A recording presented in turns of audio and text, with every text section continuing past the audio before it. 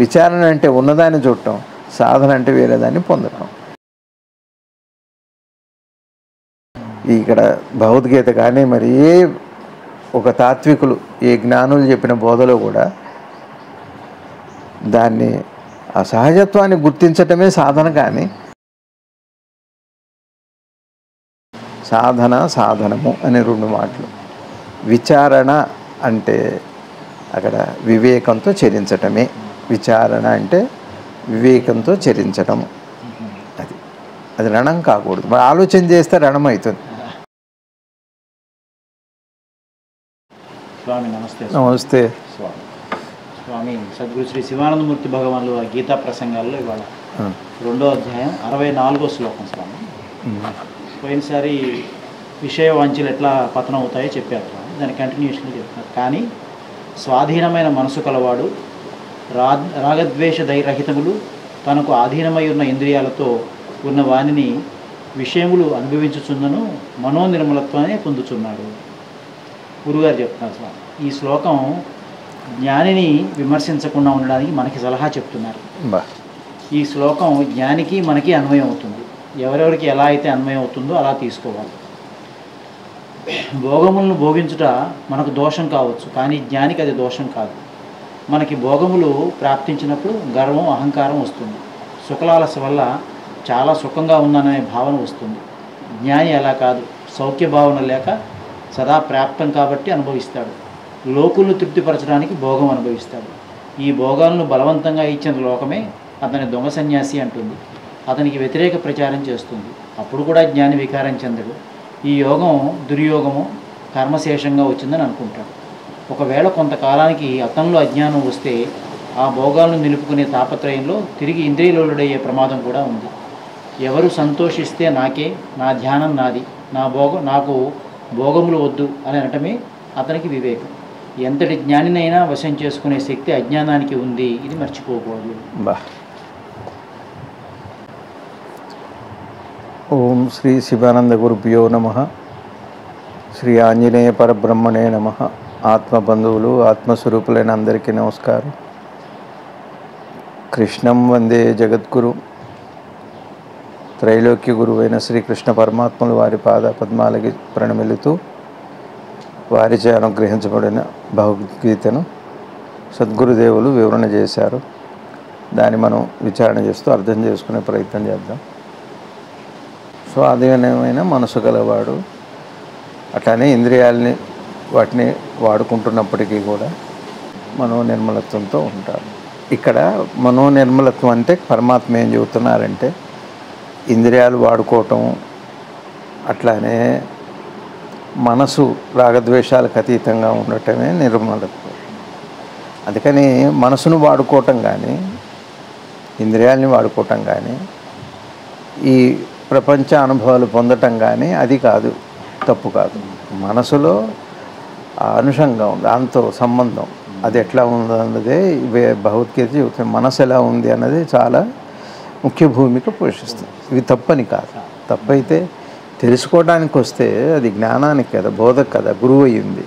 ఈ ప్రపంచము, ఈ మనసు, ఈ ఇంద్రియాలు అన్నీ కూడా జ్ఞానానికి పరికరాలు. ఇవి మనకు ఉపయోగపడే సూచికలు అవి.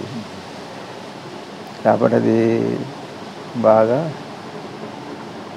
ఇప్పుడు మనం చేసే ప్రయత్నం ఏంటంటే మనసు అనేక భ్రమలకి లోనైతుంటుంది. ఈ మనసు అందించే విషయాలన్నీ కూడా చాలా వరకు మనని పక్కదారి ఇంద్రియాల వైపు తీసుకెళ్ళేవే అన్నీ. అందుకనే బ్రహ్మ అయింది అది. అయితే ఒక్క నేనున్నా అన్న ఎరుక ఏదైతే ఉందో, స్వరూపం ఏదైతే ఉందో, అదొక్కటి మాత్రం భ్రమ కాదు రవి గారు. అన్నీ భ్రమే. తను ఉన్నా అన్న ఎరుకతో అన్ని పనులు చేస్తున్నాడు కదా. చేస్తున్న పనులన్నీ కూడా యువతలదే.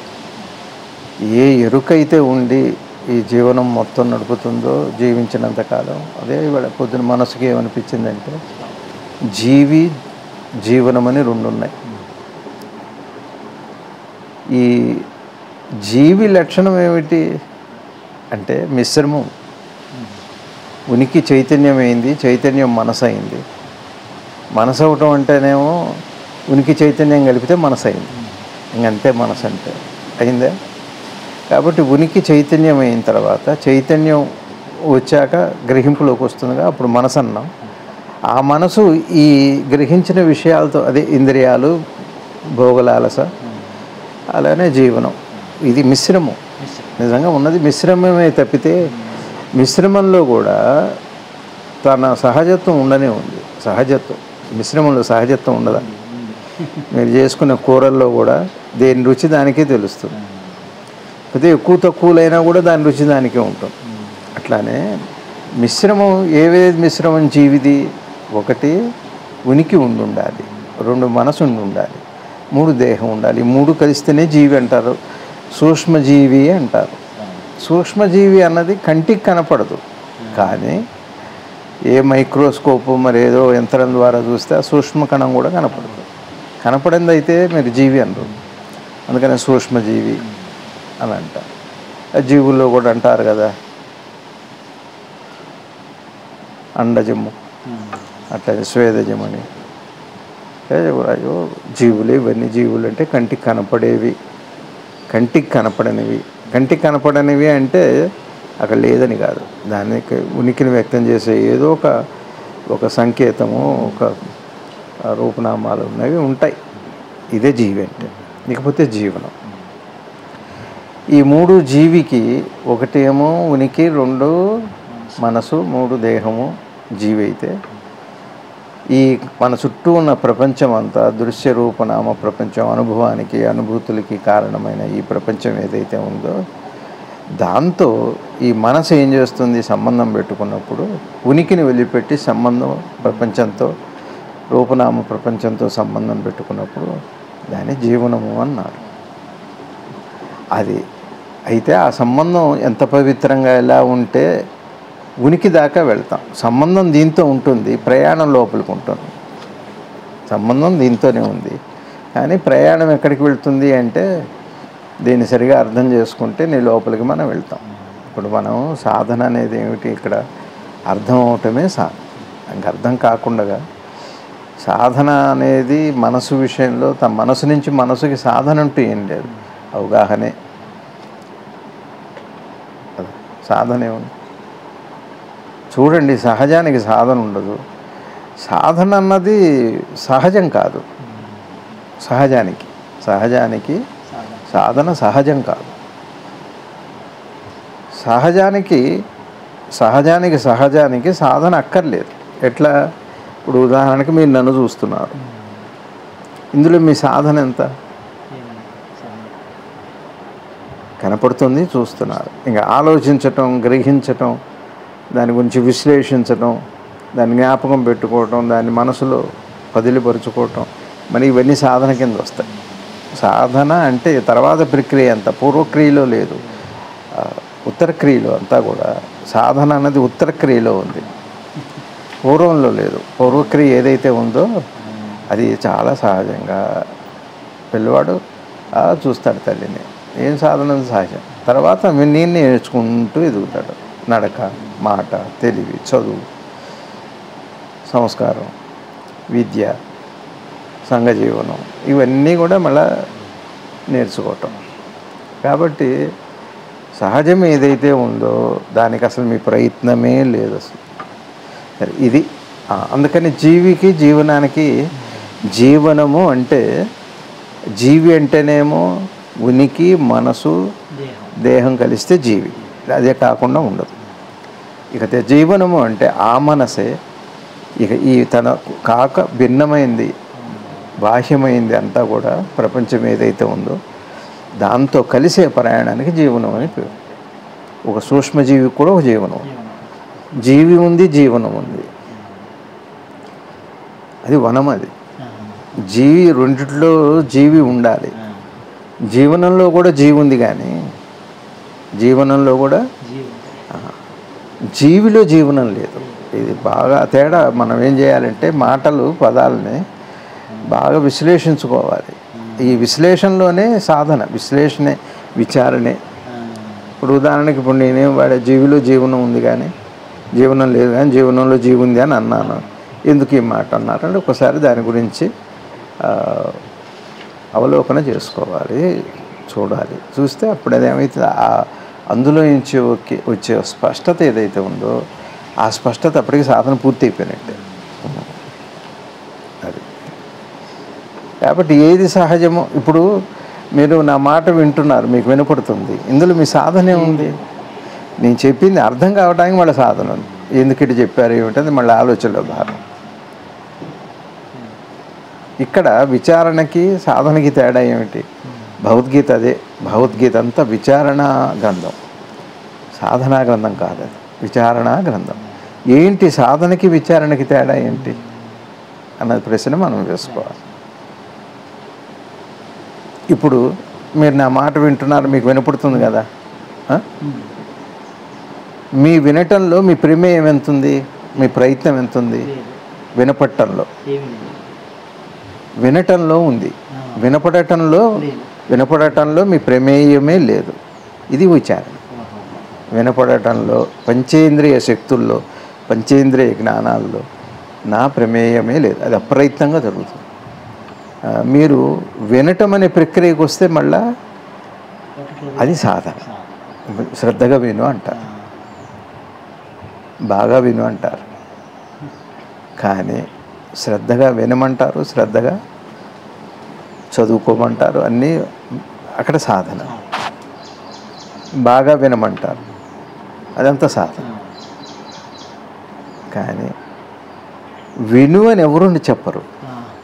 విను అని మనము వ్యావహారికంగా విను అనే మాటలో కూడా ఎందుకు ఆ మాట వాడతామంటే, సాధనలో వినటంలో ఈ ప్రక్రియలోగా వాడే మాట అది, వ్యావహారికంగా వాడే వ్యావహారిక సత్యం. కానీ పారమార్థిక సత్యాన్ని ఎవరూ చెప్పరు కదా.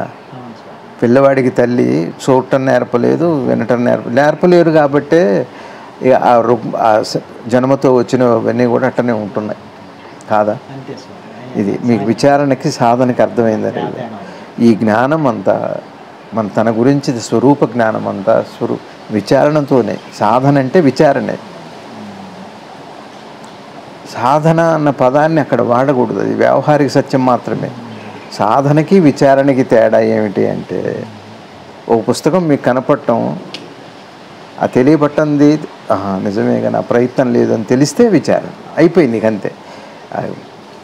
ఇకపోతే సాధన అంటే అర్థం ఏమిటంటే, మీరు అది ఉండి దాన్ని మీరు దాని నుంచి ఏదో పొందితే అది మరోదైతే సాధనము అనే రెండు మాటలు. విచారణ అంటే అక్కడ వివేకంతో చరించటమే. విచారణ అంటే వివేకంతో చరించటము. అది రణం కాకూడదు. మరి ఆలోచన చేస్తే రణం అవుతుంది. విచారణకు అర్థమైందా మీకు? అది భగవద్గీత విచారణా గ్రంథం. విచారణ దేన్ని చేస్తున్నాం మనం అంటే, మనసు గురించి విచారణ చేస్తాం. మనసుకున్న శక్తి ఏమిటి అట్లా. కాబట్టి జీవి జీవనము మీకు అర్థమైందా? జీవి విచారణకు సంబంధించి, జీవనము సాధనకు సంబంధించి. సాధనముల పనులు సమకూరు ధరలోన. క్లియర్గా ఉందిగా.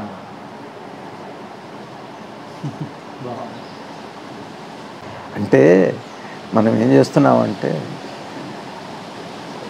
దాన్ని ఏమంటారు, గుర్రాన్ని గాడిదని ఒకే ఘాటికి కట్టేస్తున్నా ఉంటారు కదా.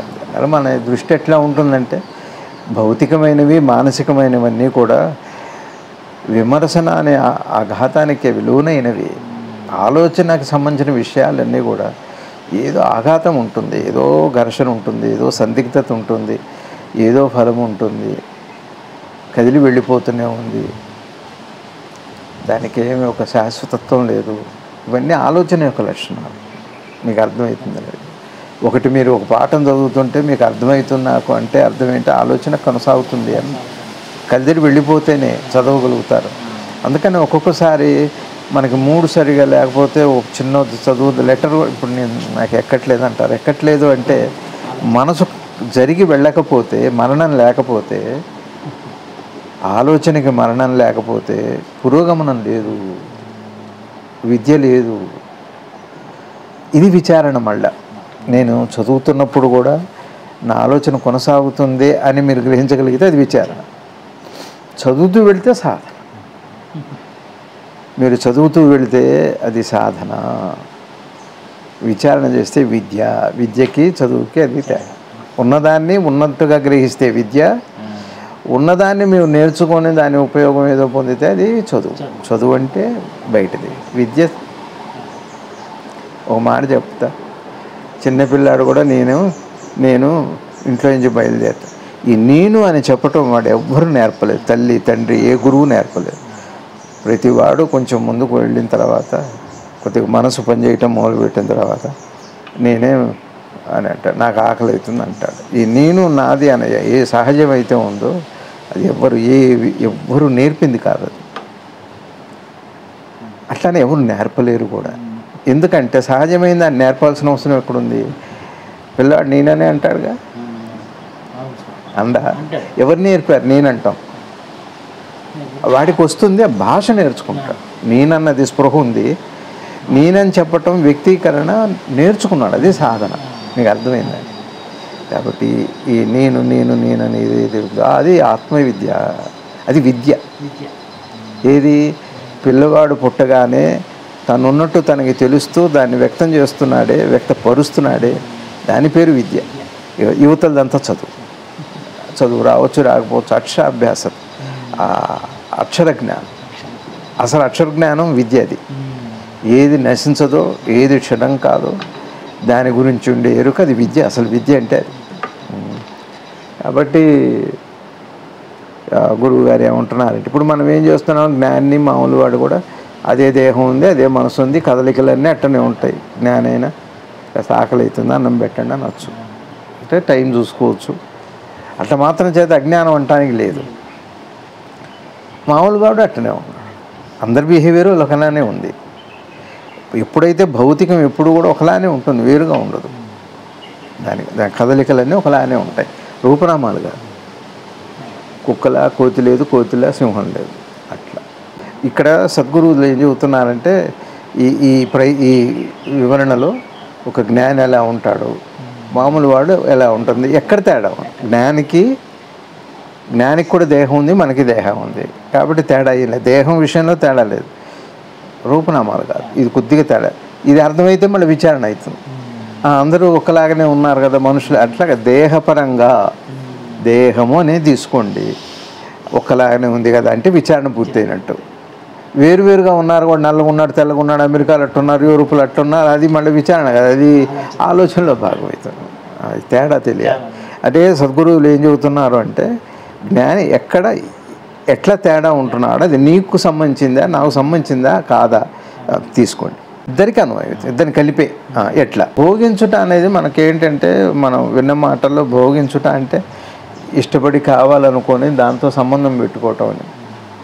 భోగలాలసుడు, కొన్ని పదాలన్నీ అట్లా అర్థాలు మన మనసులో స్థిరంగా ఉండిపోయినాయి, అపార్థాలు. భోగము అంటే అనుభవం. ఇప్పుడు వాడికేరే రాజభోగం అంటాడు, అంటే ఆ ఇల్లు వాకిలి సంపద కదా భోగం, తనకున్న దాంతో ఉన్న సంబంధమేగా. అట్లానే భోగము, భోగించుట, భోగి పండగ అంటాం. భోగము ఇవాళ షడ్రుచులతో నేను ఆహారం తీసుకుని, అది భోగం. వినియోగించుకోవటాన్ని భోగం అందాం. వినియోగించుకోవటాన్ని. కాబట్టి భోగం విషయంలో మనకి దేహం ఉంది, ఒక జ్ఞానికి దేహం ఉంది. మనకి మనసు ఉంది, జ్ఞానికి మనసు ఉంది. ఇంతవరకు కామన్గా ఉంది. ఇంకా మనం అంటే ఇవి తీసుకోవద్దు, వైవిధ్యాన్ని తీసుకోవద్దు, వైరుధ్యాన్ని తీసుకోవద్దు. వైవిధ్యాన్ని కూడా లేదు. వైరుధ్యము లేని దేహం అన్నది మామూలుగానే ఉందిగా. దేహము, మనసు ఇంతదాకా కామన్గా ఉంది. ఇంత అద్భుతమైన యోగ రహస్యం గురువు గారు చెబుతున్నారు. ఏమంటున్నారంటే, మనకి ఏదైనా సుఖం, ఏదైనా భోగం వస్తే ఒక రకమైన అహంకారం, గర్వం. అహంకారం అంటే ఏం లేదు. అహంకారం అంటే అర్థం ఏంటంటే, ఇందాక చెప్పాను, జీవనము. జీవనాన్ని తనది చేసుకోవటమే అహంకారం అంటే. జీవనాన్ని తనది చేసుకోవటమే తనంటూ లేడు అక్కడ. సరే, కాబట్టి ఇక్కడ గురువుగారు ఏం చెబుతున్నారంటే మనకేమో అవునా కదా చూడండి, నిజమే స్వామి. చిన్న కొత్త బట్టలు వేసుకుంటేనే మనకి ఎట్లా గర్వం వచ్చేస్తాం, అహంకారం. ఇక ప్రతిదీ మనకి అహంకారం పెరగంది, గర్వం పెరగంది ఏమున్నాయి చెప్పండి? చదువు అంతే ఉంది. చదువు చేత పండిత అహంకారం అంటారు. ఏదో ఒక చిన్న సిద్ధి ఉంటే గర్వం పెరిగిపోతుంది, చిన్న జ్యోతిష్యం తెలిస్తే గర్వం పెరిగిపోతుంది. ఒక గురువుని ఆశ్రయిస్తే అహంకారం, గురువుని ఆశ్రయించే అహంకారం పోవాలి. వ్యక్తిని ఆరాధిస్తూ శిష్యరికం చేసేవాడికి మిగిలేది అహంకారం మాత్రమే. ఆ వ్యక్తి లోపల అది కామన్గా ఉందిగా. ఆ తత్వాన్ని ఆశ్రయించిన వాడు, అది వ్యక్తి ఆరాధన కాదు, తత్వారాధన. ఆ తత్వారాధన ఎవరైతే చేస్తారో అతను జీవన్ముక్తుడవుతాడు. లేకపోతే అహంకారానికి హేతు ఇది. మా గురువు గారు అది స్టేటస్ కింద చెబుతారు, ఫలానా వాళ్ళు మా గురువు అని. స్టేటస్ కోసం వచ్చింది కాదు అది. నీ స్టేట్ ఆఫ్ మైండ్ ఎలా ఉందో చూసుకోవాలి అది తర్వాత. కాబట్టి మనకి పెరిగేది ఉంది ఇక్కడ చెప్పటంలో. ఎక్కడి దాకా కామన్గా వచ్చాం? దేహం కామనే, ఇక గురువుని తీసేయండి, జ్ఞానం తీసేయండి, దేహం కామనే, మనసు కామనే, ఇక విషయాలు అనుభవించడం కూడా కామనే. డబ్బులు ఉండొచ్చు, భగవాన్ చెప్పారు సుఖ ప్రారంధం దుఃఖ ప్రారంధం అని. గురువుగారు కూడా చాలాసార్లు అన్నారు సుఖం కూడా ప్రారంధమే. ఈ ప్రారంధం వరకు అయితే పర్లేదు, దాన్ని నేను నాది అని అంటంలోనే అది అహంకారం కింద మారిపోతుంది. ఇక్కడ దాకా కామన్గా ఉన్నాం, ఉంటే తింటాడంతే, లేకపోతే బాధపడ్డు, తిన్నానని అహంకారం పడ్డు. అది తేడా. ఇద్దరి మధ్య తేడా ఏమిటి అంటే, ఇద్దరి మధ్య అంటే ఎవరు? ఏ ఇద్దరి మధ్య? దేహాలతో కాదు, ఇంత మనసుకు సంబంధించిందేగా. మనసులో అనుభవించిన తర్వాత ఆ మనసు ఆ విషయాన్ని ఎలా స్వీకరించింది అన్న విషయంలోనే జ్ఞానం అనేది ఇక్కడ. జ్ఞానం అంటే మనసుకు సంబంధించింది, దేహానికి సంబంధించింది కాదు. జ్ఞానం అంటే మనసుకు సంబంధించింది కూడా కాదు, మనసు తీసుకున్న దృష్టిని బట్టే ఉంది. జ్ఞానం అంటే ఏమిటి? దృష్టి, జ్ఞాన దృష్టి. అది ఎట్లా స్వీకరిస్తున్నాడు. ఆయనకి అహంకారం రాదులే, ఇక ఉన్నా రాదు, లేకపోయినా రాదు. మనం మహర్షుల చరిత్రలు తీసుకుంటే అలానే కనపడుతుంది. ఓ భరద్వాజ మహర్షి, ఓ అగస్త్యుడు, అట్లానే ఒక గౌతముడు, ఎవరినైనా తీసుకోండి. మహర్షుల చరిత్ర చదివితే ఈ దృష్ట్యా అలా వాళ్ళ మనసు ఎలా ఉంది అని చూస్తే చదవాలి. అంతేగాని ఊరికి మహత్తుల కోసం చదివితే అది పెద్ద విశేషం ఏం కాదు, పర్లేదు. అయితే అట్లా ఈ నవీన కాలంలో ఈ మన మధ్య సంచరించిపోయిన భగవాన్ రమణ మహర్షుల వారు ఎవరో ఒకళ్ళు వచ్చి వారికి ఒక సింహంది ఆసనం ఇచ్చారు, పులి చర్మంది ఇచ్చారు. ఆ పులి చర్మం మీద కూర్చున్నాడు. ఆయన కోరిక అది, ఆ భక్తుడి కోరిక. చక్కగా కూర్చున్నాడు, మామూలుగానే ఉన్నాడు. ఇంతలోనే ఒక ఆయన వచ్చాడు, సాధన లేదు, ఏమో అది ఇష్టమో ఏదో మనకు కూడా అట్టనే ఉండవు. నాకు కూడా ఉంటే బాగుండు, నేను సాధన చేస్తామో చేయమో తర్వాత సంగతి, ముందు పులి చర్మం కావాలి. ఒలిచైనా తీసుకెళ్ళిపోతాం, అందులో ఏమన్నా సాధన చేస్తామో చేయమో తెలియదు, కానీ ముందు చర్మం అయితే కావాలి. చర్మం వదవాల్సిందే. భగవాన్ని అడిగారు, నాకు ఇస్తే సాధన చేసుకుంటాను, అది ఇస్తారా? పక్కగా జరిగారు, తీసుకోమన్నా. అది వాడి కోపం వచ్చింది. ఎవరికి? ఇచ్చిన వాడికి కోపం. నువ్వు ఎట్లా తీసుకుంటావు? వారు ఇస్తే ఆయన మీరు ఎట్లా ఇస్తా? నువ్వు ఇచ్చినప్పుడు నేను ఇచ్చాను. రాములు వారి స్టేటస్ అది. రాజ్యం ఇస్తానంటే ఎట్లున్నారో లేదన్న అట్టనే ఉన్నారు ఆయన. అది ఆ రామావతారం ఇంకా కంటిన్యూ అవుతూనే ఉంది. అట్లానే రమణ భగవానికి ఒకసారి చెప్పుకోవాలి ఇవన్నీ. ఒక జ్ఞానం ఎట్లా ఉంటాడు. మోకాళ్ళ నొప్పులు, అక్కడ కుంపటి పెట్టేవాడు. ఆ తర్వాత ఎవరో ఎలక్ట్రికల్వి కూడా ఏవో పెట్టారు. సరే అదేదో పెట్టి దుప్పటి కప్పారు. సరే అది అయితే అది కాలిపోతూనే ఉంది. అతను వచ్చాడు 2 గంటల తర్వాత చూస్తే కాలు అప్పటికే బాగా మాడిపోయింది, అంటుకుపోయి ఉంది. భగవాన్, అయ్యో ఏంటి స్వామి మీరు పిలవాలి కదా అన్నారు. బాగా అయింది, ఏమైంది? పెట్టావు వెళ్ళిపోయావు, దానిపైన చేసింది. చూడండి, ఇంత బాధలో కూడా జ్ఞానము అసలు అద్భుతమైన. క్యాన్సర్ విషయంలో, ఆ వైద్యం విషయంలో ఇట్లా మనం తీసుకుంటే ఆయనది శరీరమే. మనకు వచ్చినట్టే జబ్బులు ఆయనకి వచ్చినాయి, మనకు వచ్చినట్టు వారికి ఆకలి ఉంది, వారికి రుచి ఉంది, అన్నీ బాగానే ఉన్నాయి. పెయిన్ ఉంది, ప్లెజర్ ఉంది, అన్నీ ఉన్నాయి. కానీ తీసుకునే విధానం ఎంత గొప్పగా ఉంది ఈ జ్ఞాని యొక్క వైపు. అట్లనే సద్గురుదేవులు కూడా, సద్గురుదేవులు వారు కూడా ఎన్నో నేను చూశాను. ఎంత అద్భుతమైన వారి జీవన విధానం, ఎంత సామాన్యంగా, ఎంత వినయంగా సద్గురుదేవులు ఉన్నారంటే జ్ఞాని. ఇక మిగిలినంతా మామూలు ఎత్తు పొట్టి, రంగు నలుపు, లావు సన్నం, ఏవో డ్రెస్సు, ఏదో ఆహార్యం, అవి పెద్ద విషయం కాదు. అయితే వాళ్ళ ఎలా దాన్ని తీసుకుంటున్నారు. ఒక అంటే చూడండి, మనసు, దేహం నుంచి వచ్చే బాధ, మనసుకు వచ్చే దుఃఖము, సంతోషము, ఇవి ఎక్కడి నుంచి వస్తున్నాయి? ప్రపంచం నుంచి. వచ్చినప్పుడు ఆ మనసు దాన్ని ఎలా తీసుకుంటుంది. అలా జ్ఞాని ఉంటే అట్లనే ఉంటాడు. అందుకని మనకెందుకు అర్థం కావట్లేదు ఆ విషయం అంటే, మన దృష్టి అట్లా లేదు, మన విషయంలోనే లేదు కదా. ఇక జ్ఞాని విషయం ఎట్లా అర్థం? అందుకని జ్ఞానులకే అర్థమవుతారంటే మామూలు వాడికి అర్థం కాదు. నీ మనసు ఎంతో కొంత పవిత్రత అయితే తెపితే ఆ ఎదుటివాడు ఎంత గొప్పవాడు, లేకపోతే వాడు మోసగాడే వాడు అంటారు. అందుకని అందుకని గురువుగారు ఇక్కడ ఏం చేస్తున్నారంటే, ఒక జ్ఞానికి సామాన్యుడు ఇద్దరు ఎక్కడి దాకా ఒకటయ్యారు. ఎక్కడ జ్ఞానిగా పిలువబడుతున్నాడు అంటే తీసుకునే దృష్టిలో, ఇప్పుడు నువ్వు కూడా జ్ఞానిగా అవ్వచ్చు ఎక్కడ దృష్టిని బట్టి. మిగిలిన కామనే కదా, దాన్ని మార్చగా. జ్ఞానంటూ వేరే రకంగా ఉంటే అప్పుడు కొంచెం శ్రమ అయ్యేది మనకి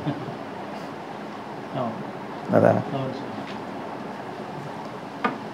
సుఖలాలస వల్ల చాలా సుఖంగా ఉన్నాననే భావన వస్తుంది. జ్ఞానికి అలా కాదు. ఇక్కడ అద్భుతమైన యోగ రహస్యం ఏంటంటే, సుఖ లాలసత వల్ల సుఖంగా ఉన్నాననే భావన వస్తుంది. ఇప్పుడు నేను సుఖంగా ఉన్నాను, నేను చాలా బాగున్నాను. కొంతమంది వాళ్ళ గతం చెబుతుంటారు, అట్లా అట్లా అట్లా అని. చాలామంది పెద్దవాళ్ళు కూడా చెబుతారు. ఆ చెప్పటంలోనే ఒక రకమైన ఒక ఆనందము, దుఃఖం ఏవో కనపడదు. అదే అహంకారం అంటే. అహంకారం అంటే తనదే అనుకోవటమే అహంకారము. ఇది తనదే అనుకోవటం. ఒకటే రవి గారు, అహంకారం లేదా మనకి? లేదు. నిద్రలే అహంకారం ఎక్కడుంది? నాది నీదని, నా నిద్ర అని అంటల్లా, నా ఆస్తి అంటల్లా, నా దేహం అంటల్లా, నా ప్రపంచం, నా గురువు అంటల్లా, నా దైవం అంటల్లా. అసలు జగత్తు జీవుడు ఈశ్వరుడు దృష్టి లేదు. అహంకారానికి అసలు అవకాశమే లేదు. జ్ఞాన దృష్టి అది. నేను ఇక్కడ గురువుగారు చెప్పిన అద్భుతమైన బోధ ఏమిటి అంటే, సుఖ లాలసత వల్ల నాకు సుఖం కావాలి అనే లోపల ఉంటే అదే ఫలాపేక్ష. భగవద్గీత ఆ స్టార్టింగ్ పాయింట్ ఎక్కడికి పోదు. ఫలాపేక్ష అంటే సుఖాన్ని మన మనసు నాకు పొద్దునే అనిపించింది. ఏమిటి మీకు ఎప్పుడు రోజు పొద్దునే అనిపిస్తే మరి అదే పనిగా నాకు ఆలోచిస్తున్నా. ఇదే విశేషం కదా, ఎవరైనా అంతే. మనసు పెట్టి ఇంకేది ఎందుకు. ఇప్పుడు ఎక్కడ మిస్ అవుతున్నాం మనం? అందరూ సుఖాపేక్ష. సుఖం ఎందుకంటే సంతోషపడ్డాయి. సుఖం ఎందుకంటే సుఖం నుంచి సుఖానికి ఏం లేదు. సుఖం నుంచి మనసు పడే ఆ సంతోషం ఉందిగా. మనం అందరం దేన్ని అడుగుతున్నాం కదా. మరి ఈ సంతోషం ఇవ్వమని ఎవరిని అడుగుతున్నాం? భగవంతుడిని అడుగుతున్నాం. ఇక్కడ నాకు కష్టమైతే వస్తే మంచిదే, ఇక రానప్పుడు ఏం చేస్తామంటే అది ఎవరు అందిస్తారో వాళ్ళని అడుగుతున్నాం కదా. ఓ భగవాన్, నా కారు ఇవ్వు, నాకు ఇల్లు ఇవ్వు, నా భార్యకి ఇవ్వు, నా పిల్లల్ని ఇవ్వు, నాకు అది ఇవ్వు, నాకు ఇది ఇవ్వు అని. దేనికి ఇంత అడిగేది ఎందుకు అంటే మనం సంతోషపడ్డాం. అయిందా? చిత్రం ఏమిటి, ఎక్కడ మిస్ అవుతున్నాం అంటే మనం సంతోషాన్ని ఇవ్వని భగవంతుని అడుగుతున్నాం, కానీ అసలు నేను పొందిన సంతోషమే భగవంతుని అన్న విషయం తెలియట్లేదు. ఆ గ్యాప్ ఎప్పటికట్లా మెయింటైన్ అవుతున్నాం. చిన్న తేడా. సంతోషాన్ని ఇవ్వమని భగవంతుని అడుగుతున్నాం, అది దేనికి ఆపాదించాం, కానీ వచ్చింది సంతోషం. వచ్చిన సంతోషమే భగవంతుడు అడగట్లే అని అనుకోవట్లే. సంతోషాన్ని ఇవ్వని భగవంతుడు అడుగుతున్నాం. భగవంతుడు విడిపోయాడు. చూసారా? మా అబ్బాయి పరీక్షలో పాస్ అయితే నాకు వచ్చేది సంతోషం, వాడు పాస్ అయినా వాడికి వచ్చేది సంతోషం. ఎవరికైనా చివరికి ఏది వచ్చినా వచ్చేది సంతోషమో దుఃఖమో. సరే వదిలిపెట్టండి, సంతోషమే భగవంతుడు అయినప్పుడు నా సంతోషాన్ని నేను భగవంతుడు అనుకుంటే ఇంకా భగవంతుడు విడిగా ఉండడు. కానీ మనకేంటంటే సంతోషం వేరు, భగవంతుడు వేరు, ఇచ్చేది వేరు, పొందేది వాడు వేరు. మూడు వచ్చేసినాయి ఇక్కడికి. ఇది కాబట్టి సుఖ లాలసత ఎప్పుడైతే ఉందో, నాకు సుఖం అనుభవించాలనే కోరిక ఏం చేస్తుంది అంటే నేను అనుభవించాను అనే అహంకారానికి కారణం. అప్పుడు అసలు అహంకారం అంతే కదా రవి గారు. సుఖం కావాలి అని కోరటంలోనే అప్పటికే నేను పుట్టింది. నాకని కదా సుఖం నాకు కావాలంటంలోనే నేను పుట్టింది. ఇక వచ్చిన తర్వాత ఏమవుతుంది, నేను పొంది అనడం అదే అహంకారం. అదే అండి ఆయన. ఇదంతా ఎక్కడ జరుగుతాయి? దేహంలో జరుగుతాయి, మనోతలంలో జరుగుతాయి, మనసులో జరుగుతాయి. కాబట్టి జ్ఞానం ఎక్కడుంది? మనసులో. మనసులో కూడా ఎట్లా ఉంది? ఆలోచనలో ఎట్లా ఉంది? నీవు తీసుకునే దృష్టిని బట్టి ఉంది. ఇది మరి అందరూ చేయవచ్చు కదా. ఇది యోగ రహస్యం. మీకు అర్థమవుతుంది. గురువుగారు ఇక్కడ దాకా తీసుకొచ్చి దేహాలు చూస్తే అందరూ ఒకలానే ఉన్నాయి. రాముడిదైనా, కృష్ణుడిదైనా, నాదైనా, మీదైనా. ఆ తర్వాత మనసు చూస్తే కూడా పనిచేసే విధానం అలానే ఉంది. అనుభూతులు చూస్తే అట్లానే ఉంది. భగవాన్ని అడిగారు, మీకు కుడితే తెలుస్తుందని. ఎందుకు తెలియదు అన్న. నేను గురువుగారిని కూడా అడిగాను, మీకు కళ్ళు వస్తాయన్న. రావన్న. ఏదైనా సాధ్యమే. యోగుల విషయం అది. మనం అట్లా వేలు పెట్టి అర్థం చేసుకోవడానికి కుదరదు. కాబట్టి మరి చాలా విశేషమండి అసలు గురువుగారివి చెప్పాలంటే. ఒకసారి గురువుగారిని అమరావతి వెళ్తా ఉన్నారు, గురువుగారు తీసుకెళ్ళమని వెళ్ళాము. అందరం ఏర్పాటు చేశారు ఏదో గెస్ట్ హౌస్. సరే గెస్ట్ హౌస్కి వెళ్ళాక గురువుగారిని లోపలికి వెళ్ళి కూర్చున్నారు, షూకేసులు పెట్టారు, అంతా అయింది. అయిన తర్వాత గురువుగారు అట్లా వాష్రూమ్కి వెళ్ళి పంపులో నీళ్ళు లేవు, కరెంటు లేదు. వాళ్ళకి అప్పుడు అరేంజ్ చేసిన వాళ్ళకి కొద్దిగా మనసు కష్టమైంది. మేము అక్కడే ఉన్నాం. ఇంకా మేము ప్రార్థన చేసాం, స్వామి ఇక్కడ వద్దులు వేరే చోట ఉన్నాయి, అక్కడ గుడి పక్కనే అది తీసుకునే ముందే చూడాలి, పర్లేదు నేను రాను, అక్కడే ఉన్నాను. ఏవో పెట్టారు బకెట్. అయ్యో జ్ఞాని మనసు అన్న, అది మనమైతే మంచం దిక్కు ఎన్ని చూస్తాము. వాస్తు చూడాలి ఫస్ట్, రూమ్లోకి వెళ్ళగానే వాస్తు చూసుకోవాలి, వాస్తు బలం చూసుకోవాలి, కరెంట్ సప్లై చూసుకోవాలి, వాటర్ సప్లై చూసుకోవాలి. ఇన్ని చూసుకొని వెళ్ళి ఏం నచ్చకపోయినా అక్కడ వచ్చే వెయిటర్ ఎవడో ఉంటాడు, ఆ బాయ్ వాడు నచ్చాలి, ఆ ఓనర్ నచ్చాలి. అసలు ఈ ఒక పిల్లకి పెళ్లి సంబంధం చూసినట్టే ప్రతిదీ మన సంబంధాలన్నీ కూడా ఇన్ని క్యాలిక్యులేషన్స్ ఉంటాయి. ఇదంతా అహంకారం అని. పోనీ ఎంతసేపు అదే గంట కార్యక్రమం వెళ్ళిపోతాం, ఒక రోజు 2 రోజులు. అందుకని ఏంటంటే బాగా చల్లగా ఉన్న దేశాల్లోనే సీజన్స్ ఉన్నాయి. సీజనే అది, సీజన్ ఉంటుంది. అందుకని సీజన్ ఎందుకు ఉంటుందంటే రీజన్ లేదు, కానీ ఆ సీజన్ అట్లా ఉండటమే రీజన్, ఇంకంతకంటే ఏం లేదు. ఈ విధంగా గురువు జ్ఞానం ఎలా ఉంటాడంటే, అందుకని ఏం చేయాలి, గురువు దగ్గరికి ఎందుకు వెళ్ళాలంటే జ్ఞానం వస్తుందో ఏమొస్తుందో, దైవ దర్శనం అవుతుంది, ఆత్మానుభవం అవుతుంది, అది కాదు పెట్టుకోకూడదు.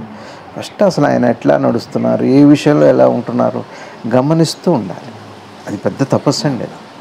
మొత్తం మనసు చాలన అయిపోతుంది. అబ్బా ఇట్లా ఉందా వీరి అండర్స్టాండింగ్, తినే దగ్గర ఎలా ఉన్నారు,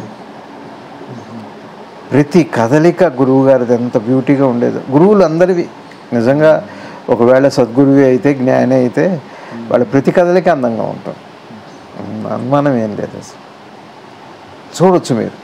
ఆ జ్ఞానానికి అజ్ఞానానికి ఒక మామూలు మనసు, సామాన్యుడి మనసు ఎలా ఉంటుంది, ఒక జ్ఞాని మనసు విషయాల్లో సందర్భంలో ఎలా ఉంటుంది మనం చూస్తుంటే తెలుసు. అది చాలు జ్ఞానోదయానికి. ఓహో ఇంతేగా తేడా. ఎందుకు తేడా లేదు? నాది మనసే, వారిది మనసే. నేను గ్రహించినట్టే వారు గ్రహించారు, కానీ నేను స్వీకరించినట్టు వారు స్వీకరించలేదు. అంతేగా. స్వీకరణలోనే ఆ స్వీయ దర్శనం ఉంది. అనుకరణలో స్వీయ దర్శనం లేదు. స్వీకరణలోనే స్వీయ దర్శనం ఉంది. అది అహంకరణము, అంతఃకరణం అంటారే, స్వీకరణే మొత్తం. కాబట్టి భగవద్గీత వింటాం కూడా ఎట్లా స్వీకరిస్తున్నాం ఉన్న దాని మీదనే మన పురోభివృద్ధి ఉంది. రవి గారు ఇది కూడా వినటంలే, సరిగా వినకపోతే మళ్ళీ అపార్థం చేసుకుంటే ఈ మనసుని ముందు. అందుకని ఏం చేయాలి? ఇప్పుడు మనము ఎక్కడొచ్చి ఆగాం? మనసును సంస్కరించడం మీదనే భగవద్గీత కాదు, అన్ని జ్ఞానం కానీ యోగం కానీ సమస్తము దీని మీదనే ఆధారపడి ఉంది అని సద్గురుదేవులు మనకి చెబుతున్నారు. అందరికీ సాధ్యమే. మనసు ఉన్నవాడికి అందరికీ సాధ్యమే, దేహం ఉన్నవాడికి సాధ్యమే, మనసు ఉన్నవాడికి సాధ్యమే, తీసుకోకపోవటం కూడా సాధ్యమే. కొన్ని మనం అట్నే చేస్తున్నాం, కానీ అన్ని విషయాల్లో వాళ్ళు అట్టనే ఉంటున్నారు. ఇంతేగా తేడా. ఇది చేయలేమా మనం? దీనికి ఏమి పూర్వకర్మ, పరిసరాలు పరిస్థితులు కాదు కదా, పరిస్థితులు సమానమే కదా. మనం భగవాన్ రమణ మహర్షి వారు 1950లో శరీరాన్ని అనంతంగా విశ్వవ్యాప్తం అయ్యారు ఆయన. అప్పటికి మరి 1980 ఆ ప్రాంతాల్లో, 1880 కంచి పరమాచార్య అందరూ కూడా ఈ భారతదేశం స్వాతంత్రం కోసం ఉన్న సమయంలో ఎవరు ఎలా తీసుకున్నారు అన్నదే కదా. మరి వాళ్ళు కష్టాలు, అదే పరిస్థితులు, అవే కష్టాలు ఇప్పుడు మనం చూస్తున్నాం. ఇవాళ మనసు సంఘర్షణలు, ఆఘాతాలు, హత్యలు, హింసలు, యుద్ధాలు, ఒక ప్రకృతి వైపరీత్యాలు ఇన్ని రకాలుగా ఉంది. ఇదే సమయంలో ఒక జ్ఞాని ఉంటే ఎలా ఎప్పుడు ఉన్నారు వాళ్ళు. జ్ఞాని అన్ని పరిస్థితుల్లో ఉన్నారు, అన్ని కాలాల్లో, అన్ని కాలమాన పరిస్థితుల్లో, దేశ కాలమాన పరిస్థితుల్లో జ్ఞాని వస్తూనే ఉన్నాడు. ఎట్లా ఎప్పుడూ ఉంది, వాళ్ళ బిహేవియర్ ఎప్పుడు ఒకలానే ఉంది. ఒకవేళ రాముల వారు ఇప్పుడు వచ్చారనుకోండి, కృష్ణుల వారి వాళ్ళు వచ్చారనుకోండి, శ్రీకృష్ణ పరమాత్మ వాళ్ళు వస్తే ఎలా ఉంటారు అంటే ఆయన అలానే ఉంటారు. కానీ ఇప్పుడు మనందరం ఏం చేస్తామంటే పాత ఉపాయాలని దృష్టిలో పెట్టుకొని చేస్తాం. పాత వర్తమానానికి ఎప్పటికప్పుడు మీరు చూడండి, కావాలంటే వర్తమానం అనే మాటకి యోచన చేస్తుంటే అర్థమవుతుంది. నా ముక్కు బిగేసింది, నిద్రపోతున్నాం, ముక్కు బిగేసింది, ఏం చేస్తాను చెప్పండి నిద్రలో?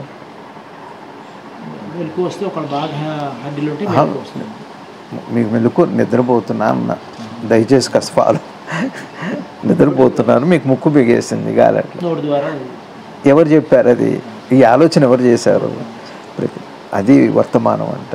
వర్తమానంలో శరీరం కానీ, ఇంద్రియాలు కానీ, లోపల మనసు కానీ వర్తమాన సందర్భంగా తాను దానికి కావలసిన మార్గదర్శకత్వం చేసుకుంటుంది రేవి గారు.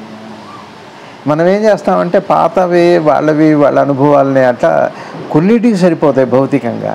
కానీ మనసు చురుగ్గా పనిచేయటానికి, జ్ఞానానికి తను తీసుకునే చర్య చాలా గొప్పది.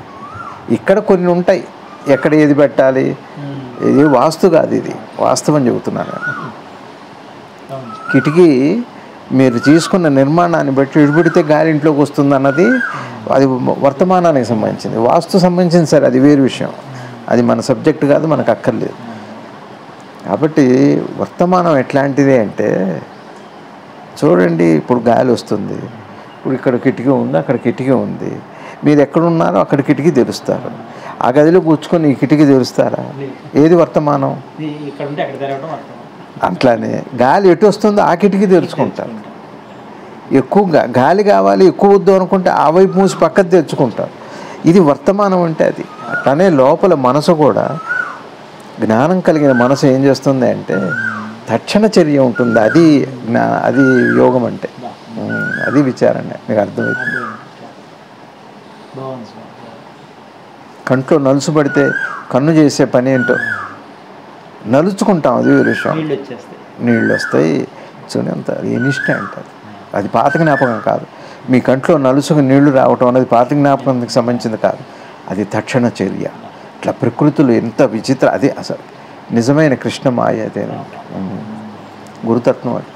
సరే, ఈ విధంగా ఉందనుకోండి, నేను డివేట్ అయ్యానేమో అవుతుంది. చాలా సుఖంగా ఉందనే భావన వస్తుంది. శుక్లాల సూత్రాలు ఏమవుతుంది, కోరిక ఉంది అంటే అనుభవించేవాడు ఉండాల్సిందే. కోరిక ఉంది, ఫలాపేక్ష ఉంది అంటే ఫలాపేక్ష ఉన్నవాడికే ఇక ఫలాను అనుభవించాలనేది, అది తప్పదు. అది యోగ రహస్యం ఏమిటంటే ఆరంభంలో ఫలాపేక్ష వదిలిపెడితే అనుభవపరుడు ఉంటాడు, అనుభవం ఉంటుంది, అనుభవపరుడు ఉండడు. కాబట్టి అహంకారానికి అవకాశం లేదు. అహంకారానికి ఎప్పుడైతే అవకాశం లేదో ఆత్మకారమే అవుతుంది, జ్ఞానం అవుతుంది. ఇదంతా యాటిట్యూడ్, ఇదంతా స్పష్టమైన, అది పర్సెప్షన్. కానీ జ్ఞాని అలా కాదు, సౌఖ్య భావన లేక సదా ప్రాప్తం కాబట్టి అనుభవిస్తాడు. అది సౌఖ్య భావన లేక సౌఖ్యం రాదు ఆయనకి, కావాలని ఉండదు. ఇందాక నేను గురువు గారిది మీకు తెలియజేశాను. కాబట్టి సౌఖ్య భావన లేదు అంటే అర్థం ఏంటంటే కావాలన్న భావన లేదు. అట్లనే గట్టిగా ఉండమని, గట్టిగా అట్లా అది కాదు దాని అర్థం. ఉంటే తీసుకుంటారు, లేకపోతే లేదు. ఉండాలనుకోవచ్చు, ఖచ్చితంగా ఉండాలని అనుకోవచ్చు. అట్లా మనకేమో ఉంటేనే, అట్లా అయితేనే, అందుకేగా సంసారాలు విచ్ఛిన్నం అవటం. పట్టుదల అంటున్నారు, పట్టుదలకు పోకుండా అంటున్నారు. అది ఇగో ఎందుకు పట్టుదలకు పోకుండా అంటారు. ఆ పట్టుదల అనే మాటలోనే సమస్తం ఇమిడిపోయి ఉంది. ప్రాప్తం కాబట్టి ఏది వస్తే అది ప్రాప్తం కాబట్టి అనుభవిస్తాడు. అంటే అర్థం ఏంటంటే దేహ ప్రారంధంలో ఏది ఉందో దాన్ని, ఏది వస్తే దాన్ని, ఇంక ఇది కావాలనరు అది వద్దని. సుఖ లాలసత ఉండదు. సుఖం ఉండకపోవడం కాదు, లాలసత. లాలస అంటే మనసుకు సంబంధించింది. అది ఒక్కటి ఉండదు. ఇద్దరిదే తేడా. మనసు అదే, నాది మీది. లాలస లేకపోతే ఇద్దరం ఒకటి అవుతాం. లాలస వచ్చిందంటే ఇద్దరం వేరే అవుతాం కాదు.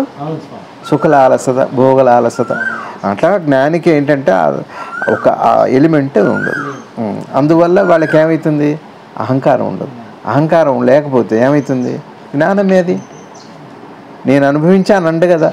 నేను అనుభవించాను అని ఎప్పుడంటాడంటే నేను అనుభవించాలి అని అనుకుంటే, ఫస్ట్ అది పోగొట్టుకుంటే మనం అది సాధ్యమేను అని. అంతే.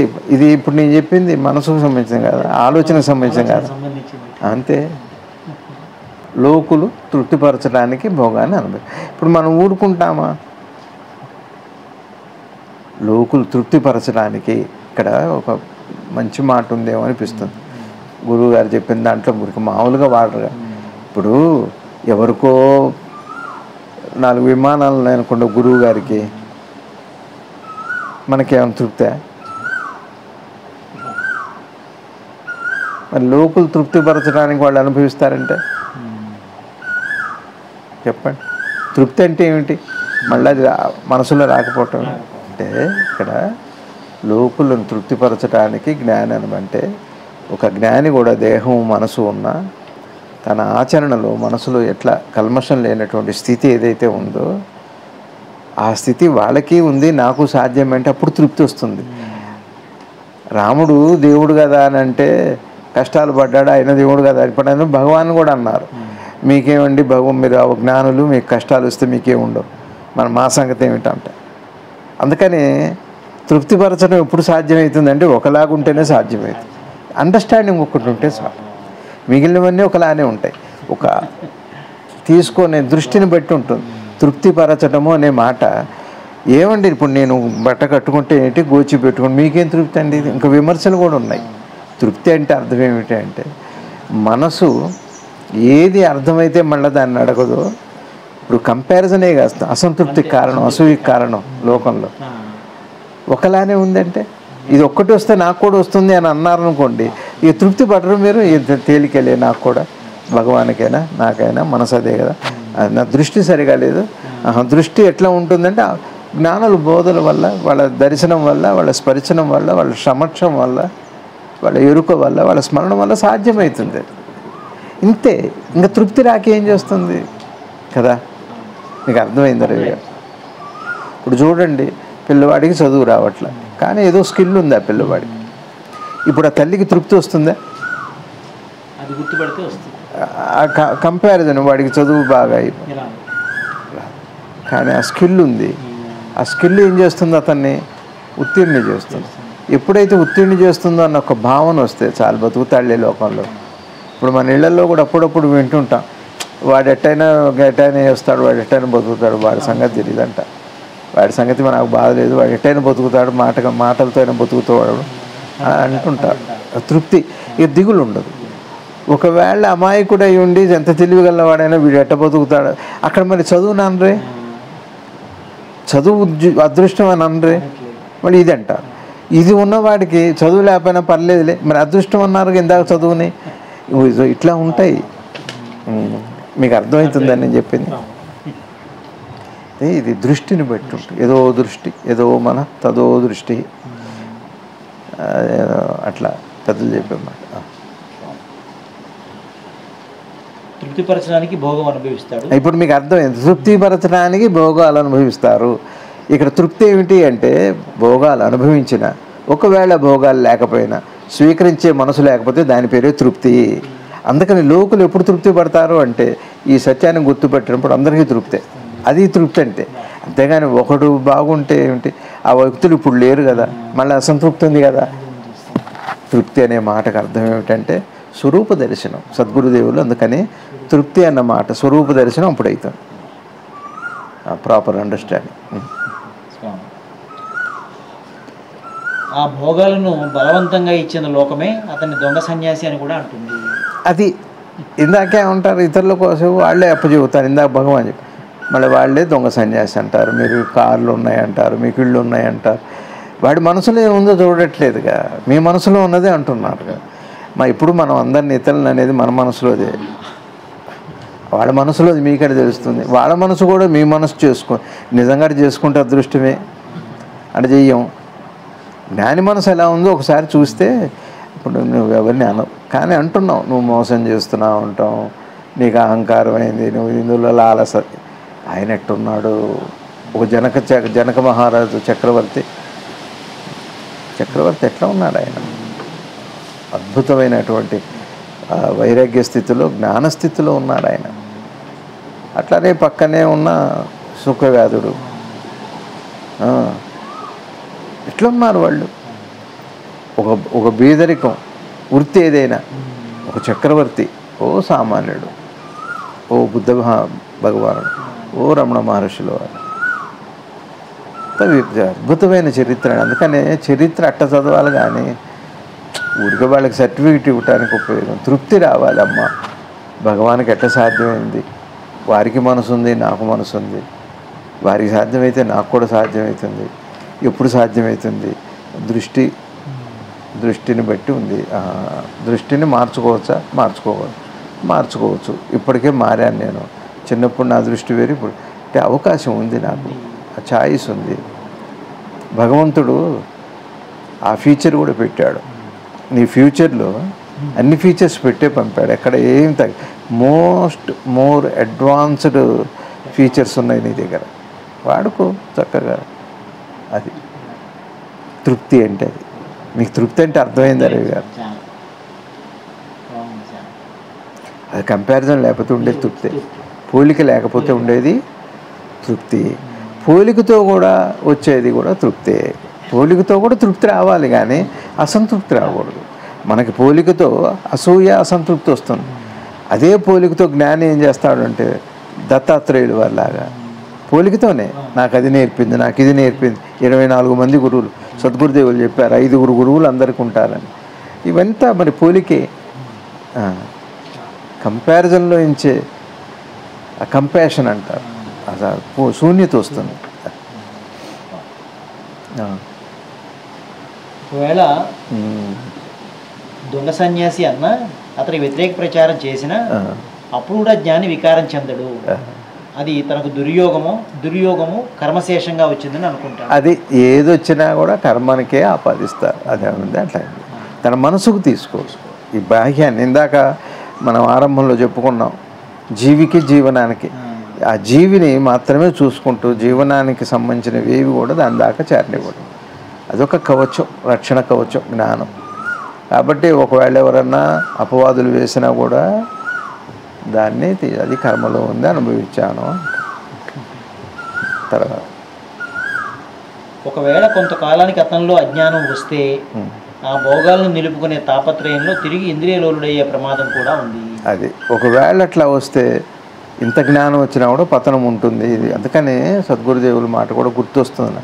ఇప్పుడు ఈ మధ్య ఎక్కడో నేను ఈ స్పిరిచువల్ హాలిడేస్ అనే మాట వింటున్నాను. అంటే 3 నెలలు ఏం వినరు అనేది ఏదో అట్లా ఉంటుంది అట్ట. నాకు తెలియదు, మీకేమో తెలుసా? స్పిరిచువల్ హాలిడేస్ అంటే 3 నెలలు ఎవరికి విన్నాం స్వామి. ఏంటట అది? మేము ఏదన్నా డిస్కస్ చేద్దాం అన్నప్పుడు స్పిరిచువల్ హాలిడేస్లో ఉన్నాం మేము. అది అసలు స్పిరిచువల్ హాలిడే అంటే అర్థం ఏంటంటే ఒక నిద్రలో, ఒక మరణంలోనే ఉంటుంది. స్పిరిట్ పోతేనే ఇక హాలిడే. అది రోజు హోలిడే రవి గారు, whole day holiday. Spiritual holiday అనే కోరికే రాకూడదు. ఇక్కడ ఒక విషయం మీకు మనవి చేసుకోవాలి. సద్గురుదేవులు చెప్పింది. ఒకసారి గురువుగారితో విజయవాడలో ఉన్నప్పుడు, ఒకసారి విజయవాడలో కాదు, గురువుగారికి పొద్దున్నే నేను 5:30 ఫోన్ చేశాను. ఇప్పుడు చేసావు అన్నారు. తర్వాత అయిపోయాక ఇప్పుడు కలిసినప్పుడు మళ్ళీ అంటే నేను ఎక్కడ కష్టపడతాను అర్థప్రే అరుస్తారు. అరవటం అంటే అరవడు, మారాలి కదండి మనం. గురువు అరిచాడంటే గురువు అరిచాడు, తిట్టాడు. పిల్లలకు కూడా మీరు మంచి మాట చెబితే కూడా మా నాన్న అరిచాడు వాళ్ళ ఇంట్లో అంటారు. వాళ్ళకి మంచి మాటకి తిట్టుకి కొట్టు ఏమీ తేడా తెలియని వాడికి ఇది అహంకారం అంటే అది. అదే తమస్సు అంటే ఏం లేదు ఇంకా.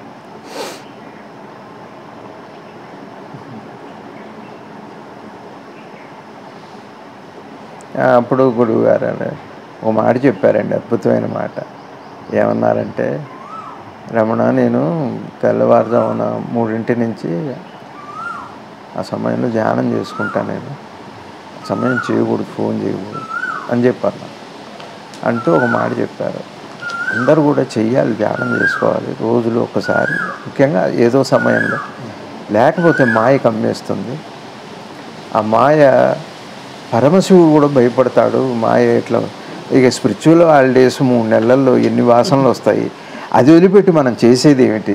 ఒక్క వాసనే జన్మ జన్మలు, పెద్దలు చెబుతున్నారు, ఒక్క వాసన ఉంటే 90-100 జన్మలు వస్తాయి. ఒక్క వాసన మిగిలిన వాసనలన్నింటినీ తీసుకొస్తాం. ఇక్కడ అదే చెబుతున్నారు.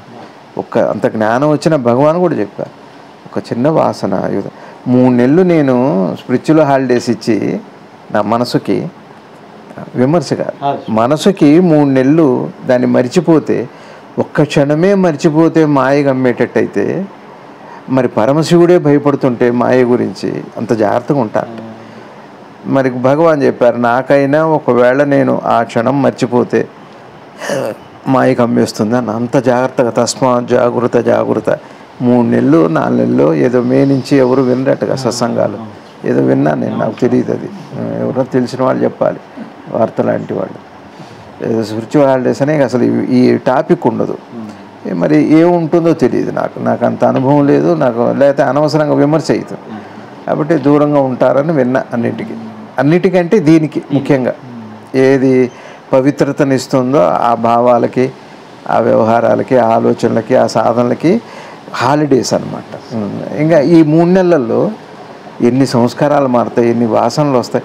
ఒక్క క్షణమే రోజు చేసేవాడు మర్చిపోతేనే జన్మహేతు అవుతుంటే, 3 నెలలు మరి నా ఇష్టానికి ఉంటాను నేను, గురువు అక్కర్లేదు, నాకు వాడక్కర్లేదు, నాకు మంచి మాట అక్కర్లేదు. స్పిరిట్ ఉన్నంతసేపు హాలిడే ప్రశ్నే లేదు. స్పిరిట్గా ఉండటమే స్పిరిచువాలిటీ అయితే, హాలిడే కాదు, అది హోలిడే. స్పిరిచువాలిటీ అనేది హాలిడే కాదు. స్పిరిచువల్ హాలిడేస్ లేవు రవి గారు. ఒకటి మరణంలో, 2 నిద్రలోనే సంభవిస్తుంది హాలిడే అంటే. హాలిడే అంటే నీకు నువ్వుగా మారటమే హాలిడే, కానీ నువ్వు మరో దాంతో సంబంధం పెట్టుకోవటం హాలిడే కాదు. అంత జాగ్రత్తగా అది. ఇక్కడ భగవాన్ గురువు గారు ఏం చెబుతున్నారంటే, ఎందుకు ఈ మాట ఊటంకించాల్సి వచ్చింది? జాగ్రత్తగా ఉండాలి. అహంకారం ఏ క్షణమైన మన్ని, అది ఎట్లాంటిదంటే అనుభవం లాంటిది. అబ్బో, రియాక్టర్స్ పేలితే ఏమవుతుంది? ఇప్పుడు హీరోషిమా నాగసాకి లాగా ఒక క్షణం మీరు గ్యాప్ ఇవ్వకూడదు. 24 గంటలు విచారణ జరగాలి రవి గారు.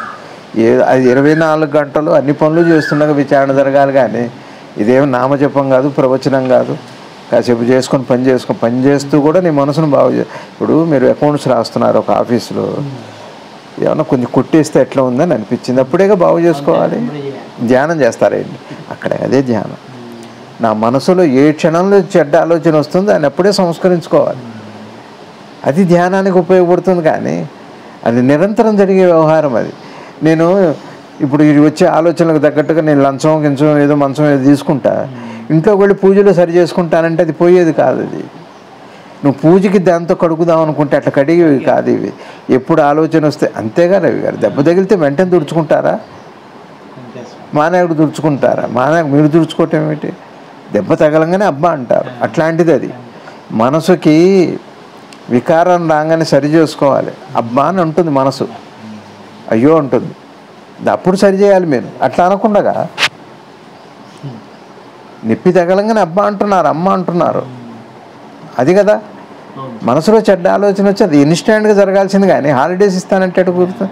ఇంట్లో పూజలు చేసుకుంటాను, ధ్యానం చేస్తాను, దీక్షలు చేసేవి కాదు అవి. నిరంతర దీక్ష అది హనుమాన్ దీక్ష, సుందరాకాండ అని. ఇక్కడ సద్గురుదేవులు 3 చివరి కంక్లూజన్లో ఏం మొదలుపెట్టారు? ఒకవేళ కొంతకాలానికి అతనిలో అజ్ఞానం వస్తే ఆ భోగాలను నిలుపుకునే తాపత్రయంలో తిరిగి ఇంద్రియలోలుడయ్యే ప్రమాదం ఉంది. మళ్ళీ ఉత్తరకు వచ్చేస్తారు. చూసారు, మళ్ళీ ఒకసారి అహంకారం వచ్చిందంటే ఇంద్రియలోలత్వం తప్పదు. ఇంద్రియలోలత్వం వచ్చిందంటే స్వరూప దర్శనం అది ఒక ఒక మాయతెర అయితే వచ్చేస్తుంది.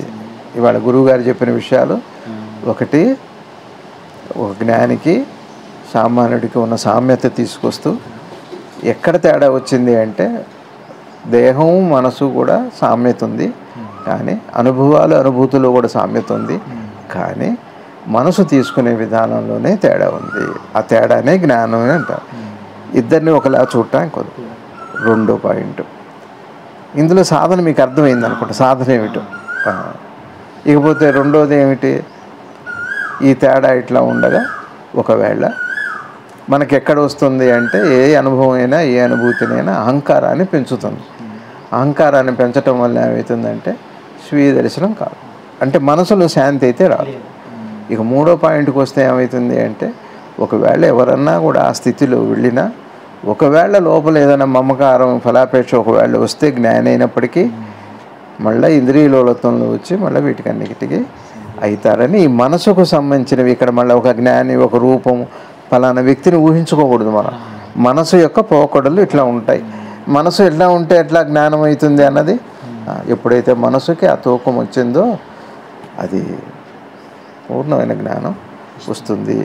అందరూ జ్ఞానులే అని చెప్పడం, గురుదేవులు అందరూ జ్ఞానులే అని చెప్పటమే. మనసు ఉన్నవాడందరూ జ్ఞానులే, దృష్టిని బట్టి జ్ఞానం ఉంది, కానీ మనిషిని బట్టి జ్ఞానం కాదు. రూపాన్ని బట్టి దేశకాలాలను బట్టి జ్ఞానం ఉండదు, మనసుని బట్టే, మనసుని బట్టి. అందుకని ఇందాక నేను మీతో చెప్పుకుంటున్నట్టుగా సహజానికి ఎప్పుడు కూడా ఇక్కడ భగవద్గీత కానీ మరి ఏ ఒక తాత్వికులు ఏ జ్ఞానులు చెప్పిన బోధలో కూడా దాన్ని ఆ సహజత్వాన్ని గుర్తించటమే సాధన. కానీ సాధన అంటే